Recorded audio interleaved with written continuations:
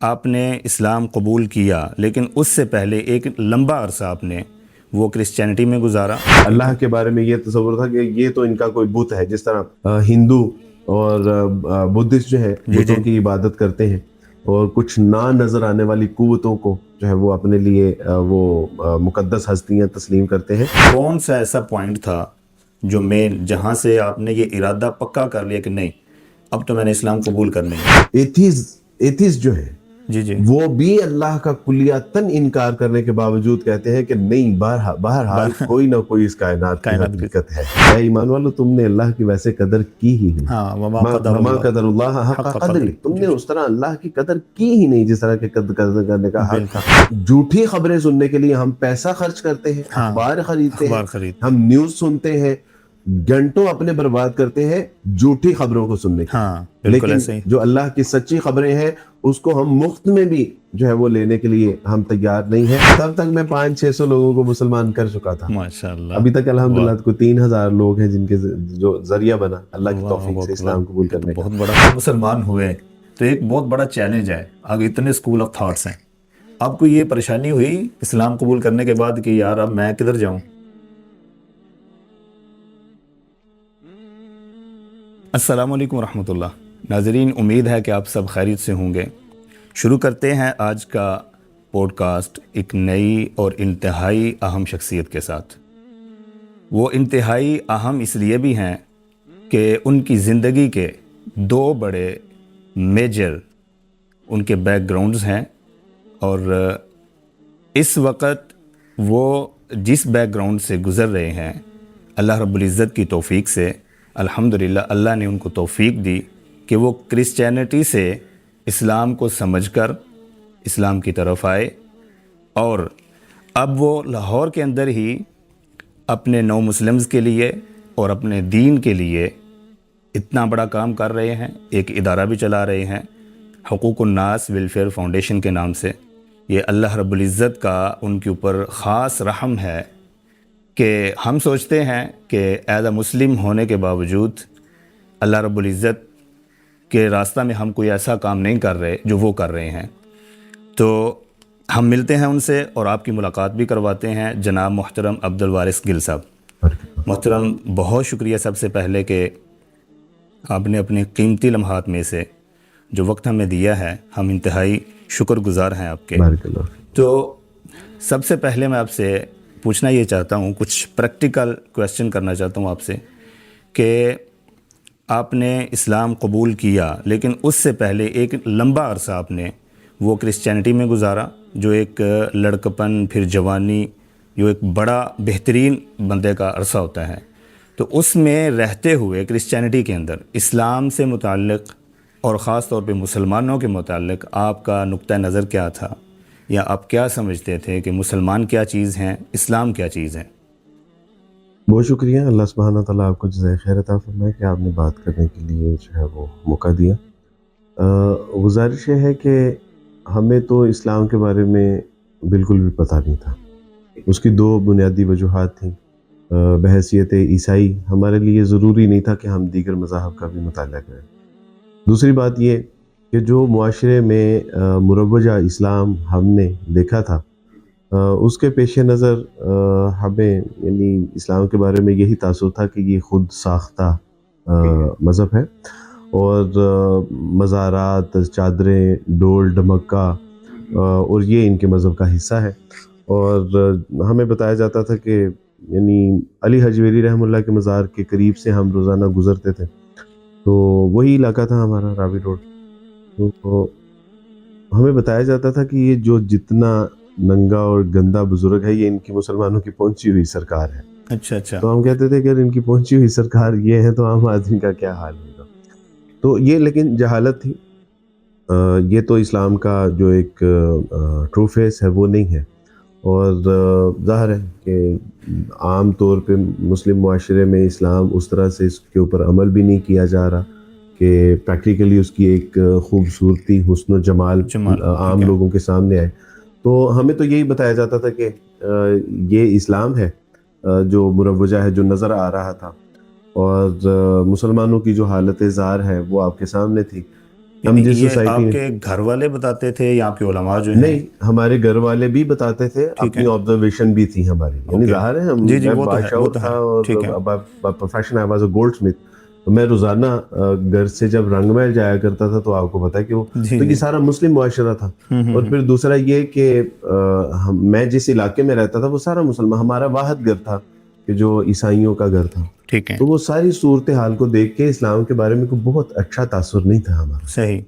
تو اسی وقت خدا کے بارے میں یا قرآن جو اللہ کی کلام ہے قرآن مجید، اس کے بارے میں آپ کے علماء نے کچھ بتایا ہو، یا آپ کے ذہن میں ایک تصور ہو کہ ہمارے ذہن میں رب یہ ہے اور اس کی جو کلام ہے قرآن مجید وہ سچی ہے یا جھوٹی ہے، کیا تصور تھا یہ والا؟ ہمارے یہاں پہ تصور یہ تھا کہ اس کائنات کا جو خالق ہے، مالک ہے، رازق ہے، وہ تو مسیح ہے، ٹھیک ہے، اور مسیح ہی خدا ہے، صحیح، جیسس از دا گاڈ، ہمارا تو عقیدہ یہ تھا۔ ٹھیک ہے، اب جو مسلمانوں کے الہ کے بارے میں ہمارا تصور تھا وہ یہ تھا کہ جس طرح لات، منات، عزا، نائلہ، یاغوث، یہ تمام بت تھے، 360 بت خانہ کعبہ بالکل میں بالکل موجود تھے، بالکل، اور 359 کو نکال دیا گیا اور ایک کو وہیں پہ رکھا گیا وہیں جس پر، کا نام اللہ تھا۔ ٹھیک تو ہے، ہمیں یہ بتایا جاتا تھا کہ یہ ان 360 میں سے جو سب سے بڑا تھا وہ وہ اللہ تھا، اللہ ہے، اچھا اچھا، معاذ اللہ، ٹھیک اور ہے، اس کو انہوں نے رکھا ہوا ہے، آج بھی خانہ کعبہ کے اندر وہ موجود ہے اور اسی کی عبادت کرتے ہیں۔ اچھا اچھا، اور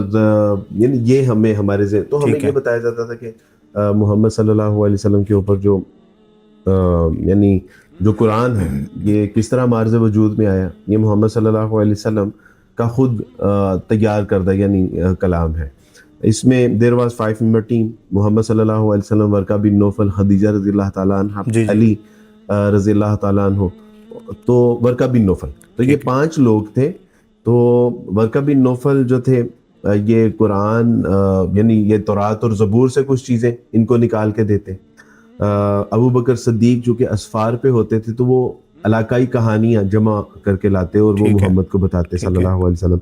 محمد صلی اللہ علیہ وسلم خود غار ہیرا میں بیٹھ کے میڈیٹیشن کیا کر غور و اچھا اچھا، فکر کس طرح اس کو جو ہے وہ کرنا ہے۔ ٹھیک ہے، تو یہ ہمیں بتایا جاتا تھا کہ اس طرح محمد صلی اللہ علیہ وسلم تورات زبور سے کچھ علاقائی کہانیاں لیں، غور و فکر کرنے کے بعد ایک قرآن کو جمع کیا اور کہا کہ دس دا ڈیوائن گائیڈنس، اچھا اچھا، یہ خود من ساتھ جانب اللہ ہے۔ کمپائلڈ ایک، تو ہمارے ذہن ٹھیک ہے، میں قرآن کے بارے میں یہ تصور تھا، ٹھیک ہے، ٹھیک اللہ ہے، کے بارے میں یہ تصور تھا کہ یہ تو ان کا کوئی بت ہے، جس طرح ہندو اور بدھسٹ جو ہے جی جی، بتوں کی عبادت کرتے ہیں اور کچھ نہ نظر آنے والی قوتوں کو جو ہے وہ اپنے لیے وہ مقدس ہستیاں تسلیم کرتے ہیں، تو مسلمانوں کا بھی الہ کوئی ایسا ہی ہے کہ جس کو 359 کو نکال کے ایک کو غالب کر دیا اور اچھا اسی اچھا کی اچھا، یہ خانہ کعبہ میں جا کے عبادت کرتے ہیں۔ عبادت کر رہے ہیں، ٹھیک ہے۔ اچھا، سب سے پہلے یہ بتائیں کہ آپ نے اسلام کس عمر میں قبول کیا ہے، اور پھر وہ کون سا ایسا پوائنٹ تھا جو مین جہاں سے آپ نے یہ ارادہ پکا کر لیا کہ نہیں اب تو میں نے اسلام قبول کرنا ہی ہے؟ میں نے 19 سال کی عمر میں غور و فکر کی طرف اللہ سبحانہ و 19 سال تعالیٰ کا، نے ٹھیک توفیق ہے، عطا فرمائی،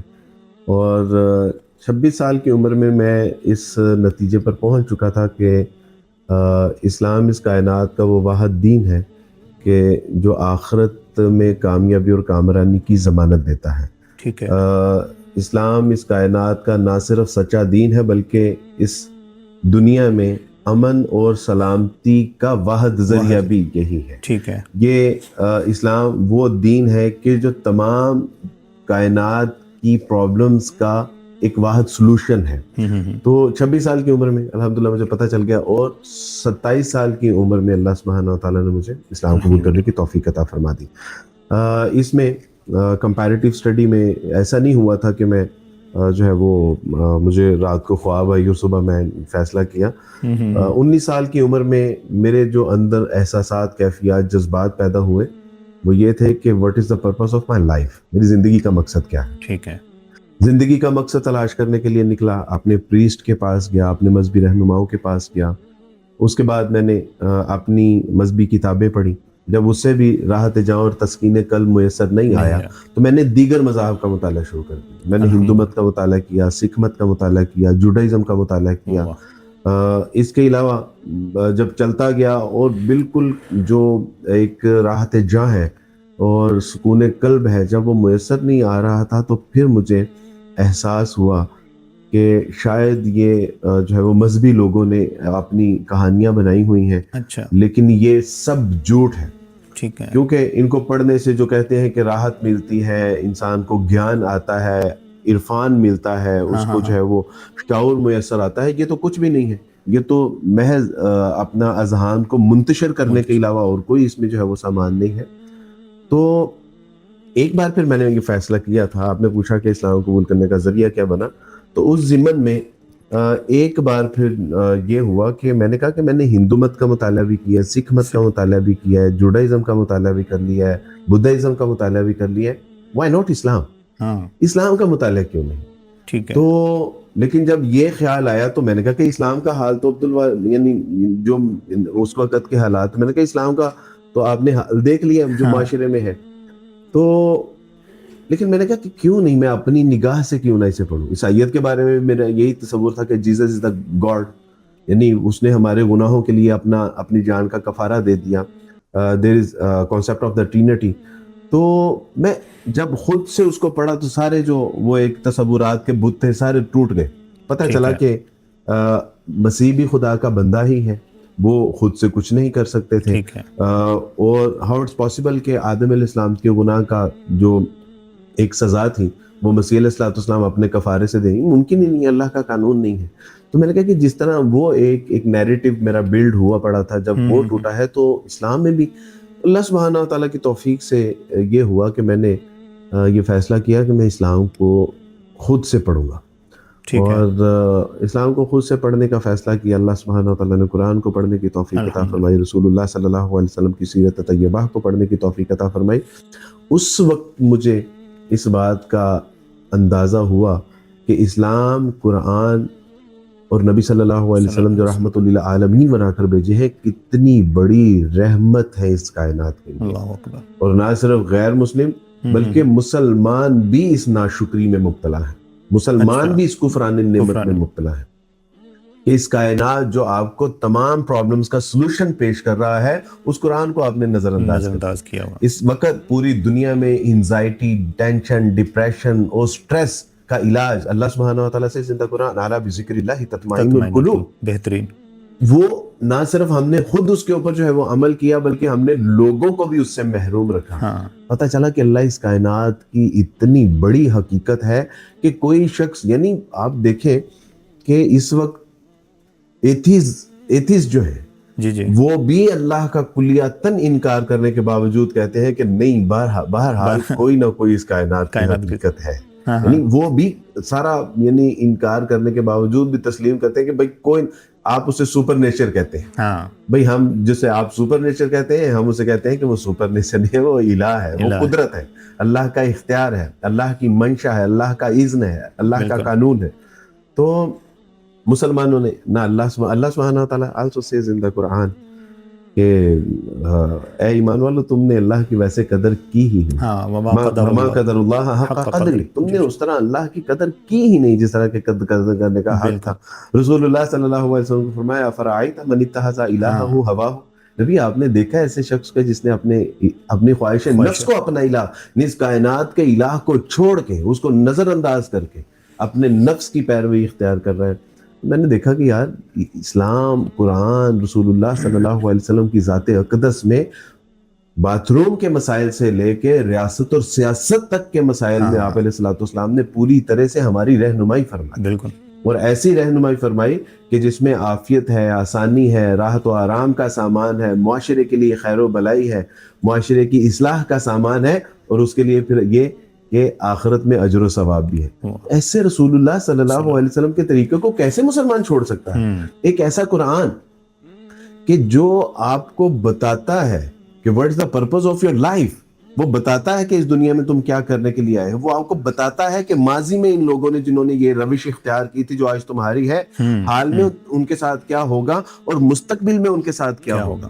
یعنی اس کے باوجود ہم ایسی کتاب جس کے بارے میں اللہ سبحانہ و تعالیٰ ارشاد فرماتے ہیں الف لام میم ذالک الکتاب لا ریب فیہ ھدی للمتقین، ایک ایسی کتاب کے جو ہدایت اور اللہ نے نور اور روشنی بنا دیا متقین لوگوں کے لیے، جو راستہ اختیار کرنا چاہتے ہیں، جو چلنا چاہتے ہیں، جو اپنے اللہ کو پہچاننا چاہتے ہیں، جو اس کی معرفت اختیار کرنا چاہتے ہیں, جو اس کا علم حاصل کرنا چاہتے ہیں, جو جاننا چاہتے ہیں کہ میں یہاں مرنے کے بعد میرا انجام کیا ہوگا, اگر میں اچھے اعمال کروں گا تو اس کا ثواب کیا ملے گا, میں برے اعمال کروں گا اس کی سزا. ہمارے استاد فرمایا کرتے تھے کہ بیٹا یہ وہ پیپر ہے کہ جو پہلے سے آؤٹ ہو چکا ہے, یعنی پیپر ہونا ہے ابھی ہمارا, لیکن پہلے سے پیپر آؤٹ ہو چکا ہے. اللہ نے بتا دیا کہ بھئی وَمِثْقَالَ ذَرَّةٍ خَيْرًا يَرَهُ وَمَن يَعْمَلْ مِثْقَالَ ذَرَّةٍ خَيْرًا يَرَهُ وَمَن يَعْمَلْ مِثْقَالَ ذَرَّةٍ شَرًّا يَرَهُ. تو فرما دیا کہ جو میرے ہاں اعمال لے کے آؤ گے وہ تمہارے ساتھ اسی کے مطابق.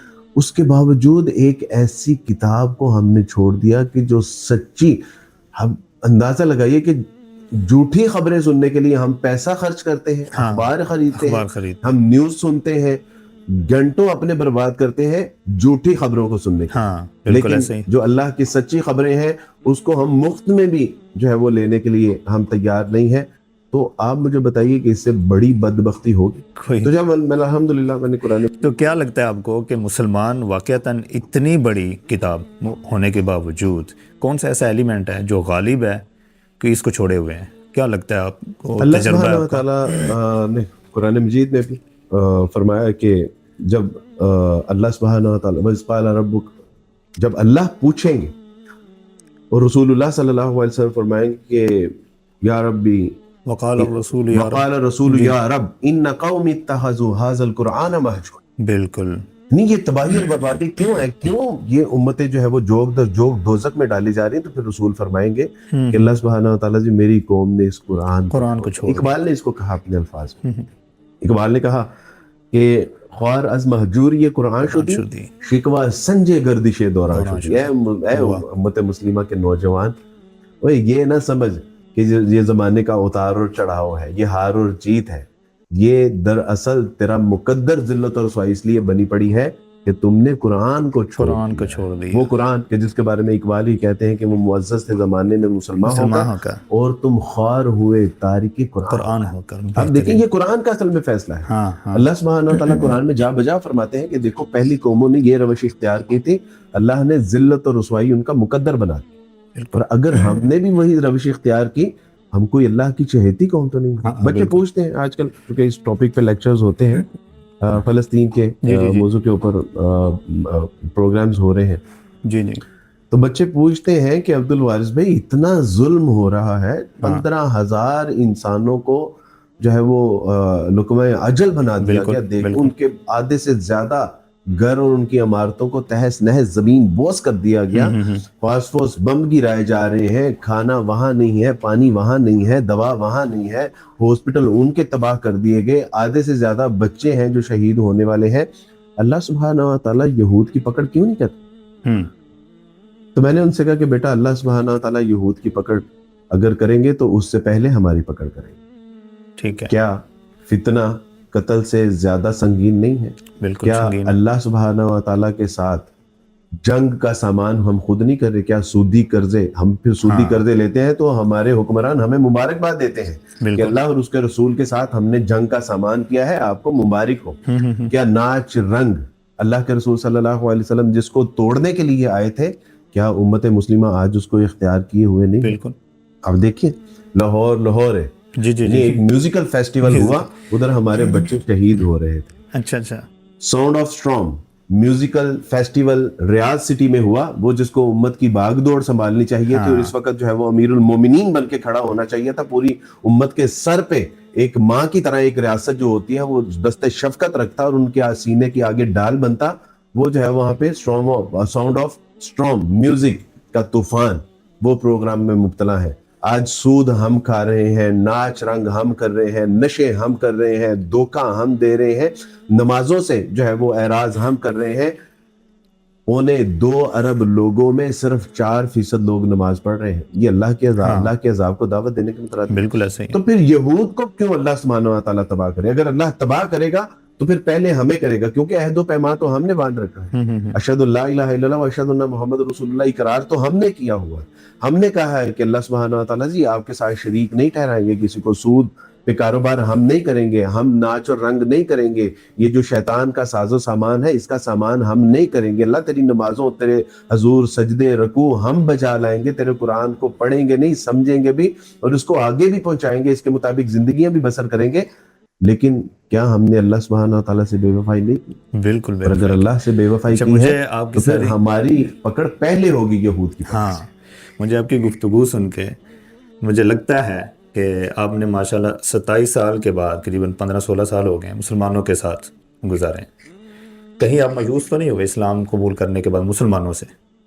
اسلام تو ایک بہت بڑی چیز ہے نا دیکھیں، اللہ مسلمانوں سے۔ سبحانہ تعالیٰ کی رضا کے لیے میں نے اسلام قبول کیا تھا۔ جی جی اسلام قبول کیا تھا میں نے اس لیے کہ جو اس کائنات کا الہ ہے، جو واحدہ و یکتا ہے، جی جی جو ہمارا پالنہار ہے، ہمارا رب ہے، ہمارا یعنی الہ ہے، ہمیں رزق فراہم کرنے والا ہے، تو اس کی رضا کے لیے میں نے اسلام قبول کیا تھا، اس کی جنتوں کے لیے، اس کی دوزخ سے بچنے کے لیے میں نے اسلام قبول کیا تھا۔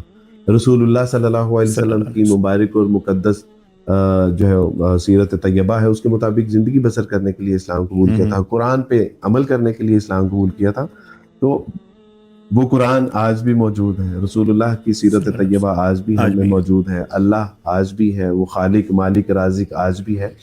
تو جس دن ان چیزوں میں کوئی کمی پیشی ہوگی یا مجھے لگے کہ اللہ رازق نہیں ہے، وہ خالق نہیں ہے، وہ مالک نہیں ہے، وہ رب نہیں ہے، وہ معبود نہیں ہے، اس سے بھی بڑا کوئی اور الہ ہے، تو اس دن شاید میں، لیکن الحمدللہ یہ چیزیں تو اٹل ہیں اور نہ ان میں کبھی کوئی تبدیلی واقعہ رونما ہو سکتی ہے، تو اس لیے مایوسی کا کوئی امکان نہیں ہے۔ ہاں، امت مسلمہ کا ایک سوال بنتا ہے، تو اقبال نے کہا کہ نہیں ہے نا امید اقبال اپنی کچھ سے ویراں سے، ذرا نم ہو تو یہ مٹی بڑی زرخیز ہے۔ تو سچی بات ہے کہ جہاں پہ برے لوگ ہوتے ہیں وہاں پہ اچھے لوگ بھی ہوتے ہیں۔ آج بھی امت مسلمہ میں بڑے اچھے لوگ موجود ہیں جو ایفرٹ کر رہے ہیں، جو سٹرگل کر رہے ہیں، جو کوشش کر رہے ہیں، جو امت کو اس ذلت اور رسوائی کی دلدل سے نکالنے کے لیے جو ہے وہ تگ و دو کر رہے ہیں۔ تو جہاں برے لوگ ہیں اچھے لوگ بھی ہیں، اور الحمدللہ میں مایوس نہیں ہوں، اور آپ دیکھیں گے کہ انشاءاللہ ایک دن یہی امت مسلمہ جب یونائٹ ہوگی، جب متحد ہوگی، متفق ہوگی، جب ان کے اندر اتحاد، اتفاق، پیار، محبت پیدا ہوگا، تمام اختلافات کو یہ جس دن نظر انداز کر دیں گے، یہ جس دن اپنی بیڑوں میں یعنی اپنی صفوں میں کالی بیڑوں کو پہچاننا شروع کر دیں گے، جس دن اللہ اور اس کے رسول صلی اللہ علیہ وسلم کا دین ترجیح اول ان کے لیے ہوگا، اس دن اللہ سبحانہ و تعالیٰ ان کو ایک بہت کامیاب اور کامران اور بہت بہترین اور ایک نایاب جو ایک گروہ اللہ ہے یا حزب اللہ ہے، اس طور کے اوپر اللہ سبحانہ تعالیٰ ان کو نکالیں گے، اور پوری دنیا میں یہ اسلام کا نہ صرف نام روشن کریں گے بلکہ اسلام کا پرچم بھی سر بلند کریں گے۔ تو مجھے امید ہے، اقبال نے اس کے حوالے سے کہا تھا، اقبال نے کہا تھا کہ نکل کے صحرا سے وہ جس نے روما کی سلطنت کو الٹ دیا تھا، سنا ہے میں نے یہ قدسیوں سے وہ شیر پھر ہوشیار ہوگا۔ انشاءاللہ ہاں، اجتماعیت لازمی ہے، اتحاد اتفاق لازمی ہے، تو انشاءاللہ ہمیں بھی ہمارا ایمان ہے کہ جب ہم لا الہ الا اللہ کو پڑھتے ہیں تو پوری کائنات میں کوئی ایسا نظریہ ہمیں ملتا نہیں ہے، تو اگر اس کے اوپر سب جمع ہو جائیں واقعی اس کے اوپر، تو پھر انشاءاللہ یہ میرا اور آپ کا نظریہ بھی نہیں ہے، یہ تو عقیدہ ہے، جو قرآن بتاتا ہے کہ وَاعْتَصِمُوا بِحَبْلِ اللَّهِ جَمِيعًا وَلَا تَفَرَّقُوا، تو یہ تو قرآن کا نظریہ ہے، یہ تو قرآن کا جو ہے وہ ہمیں دیا گیا پیغام اور اللہ سبحانہ تعالیٰ کا اصول ہے۔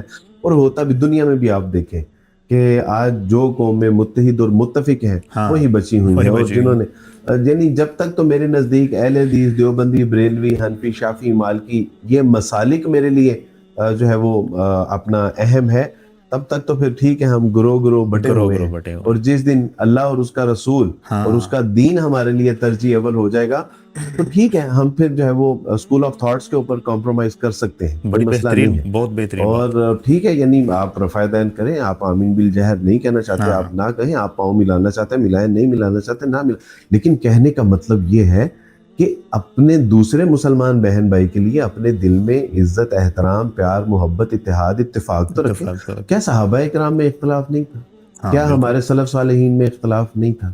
کیا ہمارے علماء اکرام میں اختلاف نہیں تھا؟ لیکن وہ ایک دوسرے کے پیچھے نمازیں بھی پڑھتے تھے، وہ عزیز داریاں بھی قائم کرتے تھے، وہ ایک دوسرے کے لیے کھانا بھی جو ہے وہ مدعو، کھانے پہ بھی مدعو کر لیا کرتے تھے۔ لیکن اس وقت جو ایک خاص طرح کی نفرت اور ایک خاص طرح کا نیریٹو بلڈ کیا گیا ہے کہ اہل حدیث جو ہے یہ اس کے ساتھ کوئی تعلق نہیں ہے, بریلوی کی مسجد میں نماز نہیں پڑھنی, دیوبندی کے ساتھ جو ہے وہ رشتہ نہیں قائم, یہاں تک کہ اب یہ دیکھیں یہ ساری چیزیں وہ ہیں کہ جو ہمیں ایک دوسرے سے دور کر رہی ہیں. اور باقاعدہ طور پہ I have many evidence کہ اس کے اوپر یعنی یہود و نصارہ نے کتنا کام کیا ہے ہمیں پھاڑنے کے لیے, ہمیں الگ کرنے کے لیے, ہمیں تتر بتر کرنے کے لیے, ہمارے اندر نفرتیں پیدا کرنے کے لیے. انہوں نے اس کے اوپر ملینز آف ڈالرز انویسٹ کیے ہیں. 40 سال اس انڈسٹری کے اوپر انہوں نے جو ہے وہ social media, print media, electronic media کے ذریعے انہوں نے کام کیا ہے, تب جا کے آج ہم اس نہج پہ ہیں. لیکن انشاءاللہ بس ہمیں یہ اس پہ غور و فکر کرنے کی ضرورت ہے کہ جب کہیں ہم دکان پہ جب کوئی سودا سلف لینے کے لیے جاتے ہیں تو اس دکان والے سے یہ نہیں پوچھتے کہ آپ دیوبندی ہیں یا بریلوی ہیں. ہم جب کسی ہوٹل سے کھانا کھاتے ہیں تو اس سے یہ نہیں پوچھتے کہ آپ دیوبندی, بریلوی, حنفی, شافعی, مالکی ہیں یا کیا ہیں. یہ بس جب دین کا بات ہوتی ہے, کہیں کوئی جلسہ ہوتا ہے, کہیں کوئی واعظ و نصیحت ہوتی ہے, جہاں کوئی مسجد کا مسئلہ ہوتا ہے, وہاں یہ ہم کرتے ہیں. ادروائز ہم ٹھیک ہے. تو انشاءاللہ ایک وقت آئے گا کہ ٹھیک ہے, میں یہ نہیں کہتا کہ لوگ جو ہے وہ اپنا ایک دوسرے کے مسلک کو چھوڑ دیں یا ایک دوسرے کے مسلک کو اختیار کر لیں. میں کہتا ہوں کہ ٹھیک ہے آپ اپنے مسلک کے اوپر رہیے. لوگ مجھ سے ناراض بھی ہیں اس وجہ سے کہ عبدالوارث بھائی آپ نے آپ کو اہل حدیث, دیوبندی, بریلوی یا حنفی, شافعی, مالکی یا شیعہ نہیں کہتے. تو میں ان سے کہتا ہوں کہ وہی میں ایک مسلمان ہوں. اگر آپ میرے اسلام سے راضی نہیں ہیں تو پھر آپ میرے دیوبندی یا اہل حدیث ہونے سے راضی نہیں. تو لوگ ناراض, میں ان سے کہتا ہوں یار ٹھیک ہے آپ جو ہیں آپ کو مبارک ہو, لیکن دوسرے کے لیے اپنے دل میں احترام, پیار, محبت تو الحمدللہ ہوتا بھی ہے. اچھا, مجھے آپ کی بات سے یاد آ گیا, آپ مسلمان ہوئے تو ایک بہت بڑا چیلنج ہے, آگے اتنے اسکول آف تھاٹس ہیں. آپ کو یہ پریشانی ہوئی اسلام قبول کرنے کے بعد کہ یار اب میں کدھر جاؤں؟ کیونکہ اکثر ہمارے مسلمانوں کا ایک مسئلہ ہے, وہ کہتے ہیں کہ ہم انہیں کہیں نا کہ آپ تفسیر پڑھیں, قرآن پڑھیں. کون سی تفسیر پڑھیں بھائی, اتنی ساری تفسیریں ہیں. تو آپ کو بھی یہ مسئلہ بنا ہے کہ نہیں؟ ہاں بالکل. میں نے 2007 میں غالباً جب اسلام قبول کیا, تو اسلام قبول کرنے کے بعد میں چونکہ ڈاکٹر اسرار رحمہ اللہ سے زمانہ عیسائیت سے مستفید ہوتا تھا, ان کے لیکچرز بیان سننے, ان سے ملاقاتیں بھی تھیں زمانہ عیسائیت میں. تو میں ایک دن ڈاکٹر صاحب کے ہاں گیا اور ڈاکٹر صاحب نے پوچھا کیا حال ہے. انہوں نے کہا جی اللہ کا شکر. میں نے ڈاکٹر صاحب آپ نے تو مجھے 2 راستوں میں سے ایک راستہ بتایا تھا کہ بھئی یہ 2 راستے جو ہے وہ ان میں ایک راستہ ٹھیک ہے, دونوں ٹھیک نہیں ہو سکتے. اچھا. میں نے کہا وہ اسلام اور عیسائیت کا تھا, میں نے اسلام کو منتخب کیا, عیسائیت کو چھوڑ دیا. میں نے کہا اب یہ آگے جو سب ویز ہیں ان کا تو آپ نے مجھے بتایا ہی نہیں تھا کہ مجھے دیوبندی بننا ہے, بریلوی بننا ہے, حنفی, شافعی, مالکی, اہل حدیث کیا بننا ہے. تو ڈاکٹر صاحب کا جو اس وقت ایکسپریشن تھا وہ یہ تھا, ان کو یہ تھا کہ ابھی بچے چند ماہ ہوئے ہیں, اس نے اسلام قبول کیا, میں اسے کیا سمجھاؤں. بالکل. تو الحمدللہ انہوں نے رہنمائی کی. انہوں نے کہا کہ بیٹا قرآن و حدیث ہمارے پاس موجود ہے اور قرآن و حدیث کے اوپر یعنی پوری وضاحت ہے, اس میں کوئی ایسا مبہم نہیں ہے, کوئی اشکال نہیں ہے, کوئی سوال نہیں ہے. تو رسول اللہ صلی اللہ کا دین اور رسول اللہ صلی اللہ علیہ وسلم کا جو طریقہ ہے اس دین پہ عمل کرنے کا وہ واضح ہے. تو بس یہی تو میں سمجھتا ہوں کہ اگر میں اس فرقہ واریت کا شکار نہیں ہوا تو اس میں ایک بہت بڑا ہاتھ جو ہے وہ ڈاکٹر اسرار رحمہ اللہ کا بھی. اللہ سبحانہ تعالیٰ ان کی قبر پہ اپنی لاکھوں کروڑ رحمت نازل فرمائے. تو یہ بالکل ہوا. ایک بار میں ایک جگہ پہ تھا تو وہاں ایک صاحب ملے مجھے, تو انہوں نے کہا کہ عبدالوارث بھائی آپ نے اسلام قبول کر لیا. بہت خوشی ہوئی مجھے بہت خوشی ہوئی. تو میں نے کہا جی شکریہ. کہ ویسے آپ کون سے مسلمان ہوئے؟ کیا مطلب کون سے مسلمان ہوئے؟ تو انہوں نے کہا نہیں آپ یعنی ٹائپس ہیں نا, ٹائپ آف مسلم کیا ہے, اسکول آف تھاٹ کیا ہے آپ کا, یعنی فرقہ کیا ہے. میں نے کہا کہ نہیں میرا تو اللہ نے تو ویسے ہی فرقہ واریت سے باز رہنے کا حکم دیا ہے, قرآن کی رسی کو مضبوطی سے تھامنے کا حکم دیا ہے, تفرقہ سے محفوظ رہنے کا. تو میں نے کہا کہ یہ تو قرآن و سنت میرا عقیدہ ہے, اللہ کے قرآن نے جو کہہ دیا, رسول اللہ کی جو حدیث نے کہہ دی, علماء کرام موجود ہیں, آپ اس کی انٹرپریٹیشن ان سے پوچھیں. تو ایسا بھی نہیں ہے کہ خود سے ہی بندہ اب سارا کچھ پڑھنا شروع کر دے.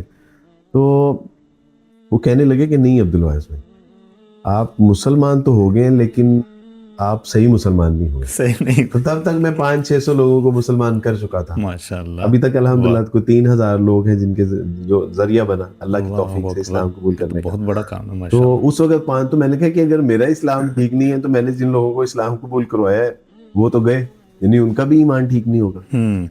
نہیں اقبال سے پوچھا, میں آرٹیکلز بھی لکھتا ہوں, رات کو اقبال سے باتیں بھی کرتا ہوں.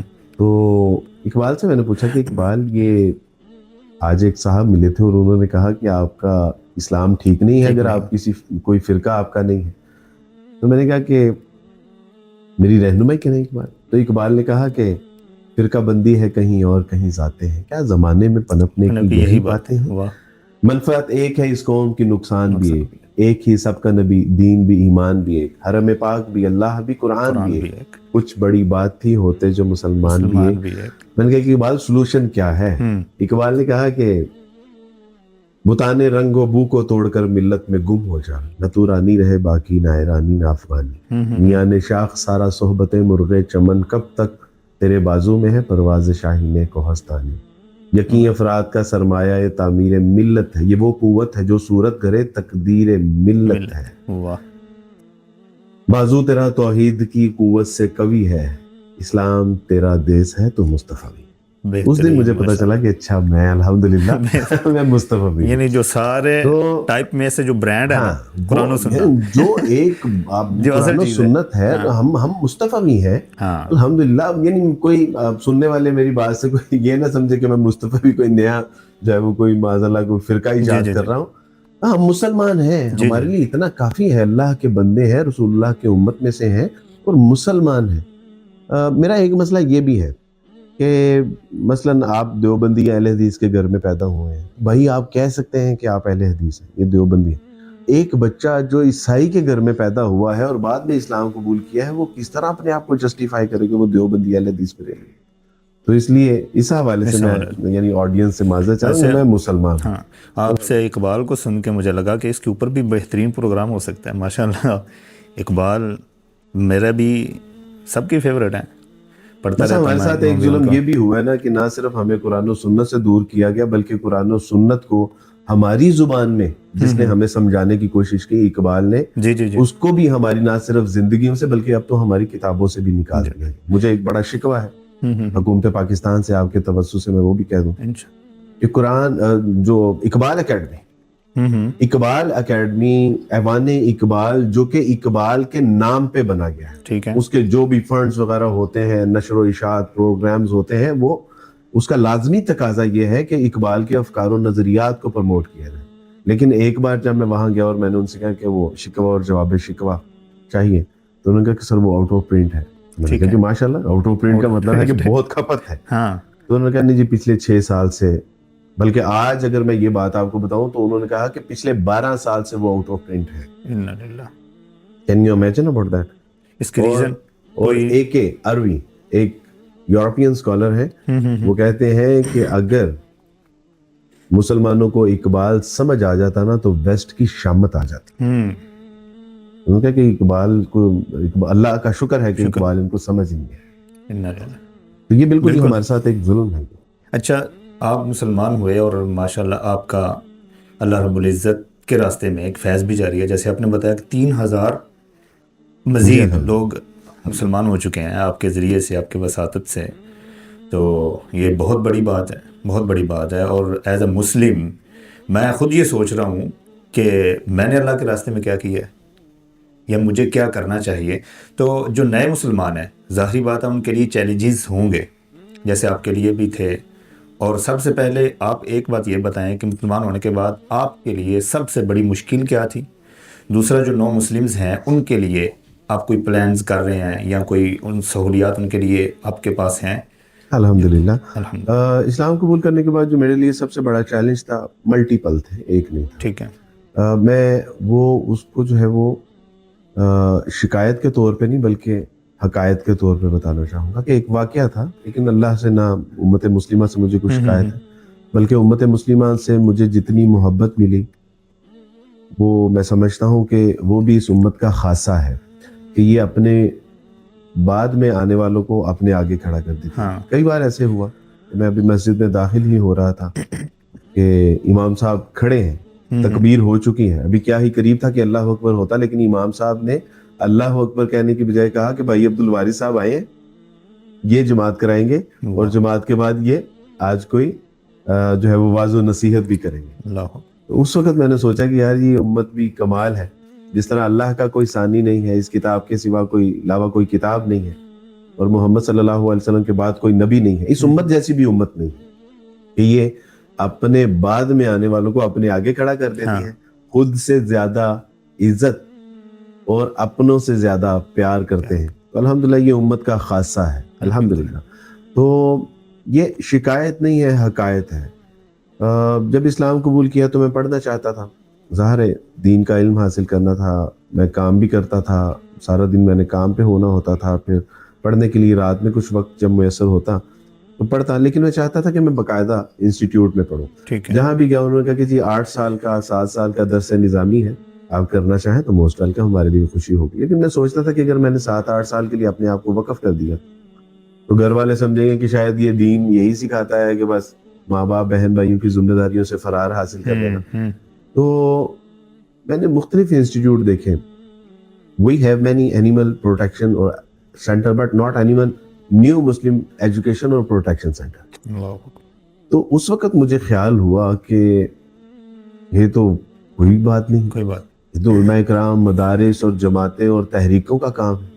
لیکن اللہ سبحانہ و تعالیٰ نے دل میں یہ بات ڈالی کہ اگر مجھے سمجھ آ گئی ہے کہ نیو مسلم کے لیے کوئی اس طرح کا انسٹیٹیوٹ ہونا چاہیے تو میں کیوں نہیں اسے شروع کر سکتا. شکوہ ظلمت شب سے تو کہیں بہتر ہے کہ اپنے حصے کی کوئی شمع جلاتے جاتے. تو الحمدللہ بجائے یہ کہ آپ شکوہ شکایت کریں اور ہر وقت جو ہے وہ چبے بن کے جو ہے وہ لوگوں پہ تنقید کرتے رہیں کہ یہ امت کچھ نہیں کر سکتی، یہ ایسے ہے، یہ ویسے ہے، یہ بس دنیا میں غرق، تو بجائے اس کے کہ آپ لوگوں پہ تنقید کریں، آپ کچھ کر کے دکھائیں تاکہ لوگوں کے لیے آپ ایگزامپل بن سکیں.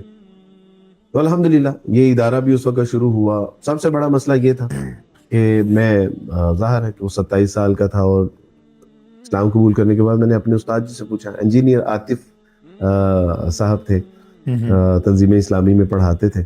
میں نے ان سے پوچھا، میں نے کہا کہ عاطف بھائی مجھے سب سے پہلے کیا کرنا چاہیے؟ انہوں نے کہا کہ آپ کو شادی کرنی چاہیے. ٹھیک ہے. تو شادی کے لیے مختلف جگہوں پہ ہم نے جو ہے وہ ریکویسٹ کی، پرپوزل بھیجے. تو وہ کہتے تھے کہ ٹھیک ہے، شکل صورت بھی مناسب ہے، فہم و فراست بھی سلامت ہے. تو لیکن وہ کہتے تھے کہ آپ کے گھر والے کرسچن ہیں. تو یہ ایک بہت بڑا چیلنج ہوتا ہے. 7 جگہوں سے ریجیکٹ کیا گیا اس وجہ سے کہ آپ کا فیملی بیک گراؤنڈ نہیں ہے. اب اس میں میرا کیا قصور ہے؟ رسول اللہ صلی اللہ علیہ وسلم نے یعنی میں یہ آپ کے توسط سے عوام الناس کو یہ بات ایڈریس بھی کرنا چاہتا ہوں کہ ناؤ دس از اور رسپانسبلٹی، یہ ہماری ذمہ داری ہے جو لوگ اسلام قبول کرتے ہیں. رسول اللہ صلی اللہ علیہ وسلم کے پاس ایک صحابی کے خواہش کا اظہار کیا کہ نکاح کرنا تھا. آپ علیہ السلام نے ان کو ایک رکا یا پیغام دے کے بھیجا کہ آپ فلاں کے گھر جائیے اور ان کو یہ بتائیے. ٹھیک ہے. وہ جب صحابی گئے اور انہوں نے غالباً جلیبیب رضی اللہ تعالیٰ عنہ تھے، تو وہ جب گئے تو انہوں نے ان کی اماں اور ابا سے بات کی کہ میں آپ کی بیٹی سے نکاح کرنا چاہتا ہوں، رسول اللہ صلی اللہ علیہ وسلم نے بھیجا ہے.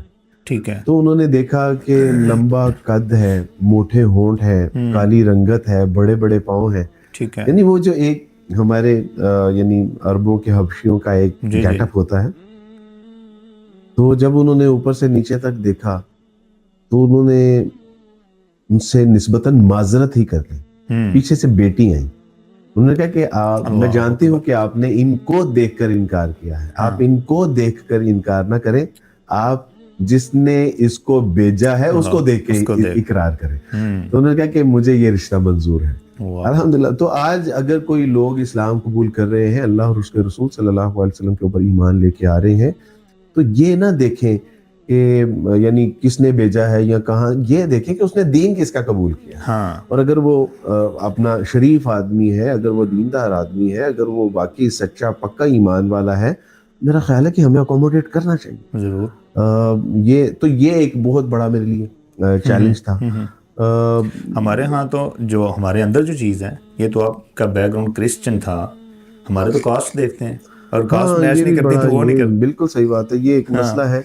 آپ دیکھیں نا اس وقت ہمارے پنجاب کی ریشو 20% ہے طلاق کی. جی. طلاق کی ریشو ایک الگ ہے. اس کے علاوہ جن بچیوں کی شادیاں نہیں ہو رہی وہ اوور ایج ہوتی جا رہی ہیں اور کل کو یہاں بیچاری وہ پبلک پراپرٹی بن جائیں گی. اللہ تعالیٰ ان کی حفاظت فرمائے، ان کی جان مال عزت ان کی اپنا اللہ سبحانہ تعالیٰ پروٹیکٹ ان کو فرمائے.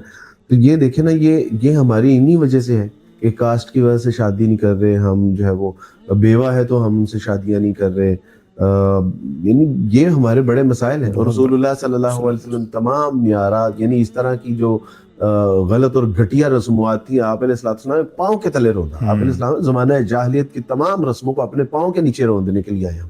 آپ علیہ السلام نے یہ بتا دیا کہ اگر آپ سے بڑی عمر کی ہے تو اس سے بھی شادی ہو سکتی ہے. امی عائشہ سے شادی کر کے بتا دیا کہ اگر چھوٹی عمر کی ہے اس سے بھی شادی ہو سکتی ہے. آپ علیہ السلام نے بیوہ کے ساتھ شادی کر کے بتا دی کہ اگر بیوہ ہے تو اس سے بھی شادی ہو سکتی ہے. آپ علیہ السلام نے جن کو طلاق ہوئی تھی، طلاق یافتہ سے شادی کر کے بتا دیا کہ طلاق یافتہ کو منحوس نہیں ہوتی.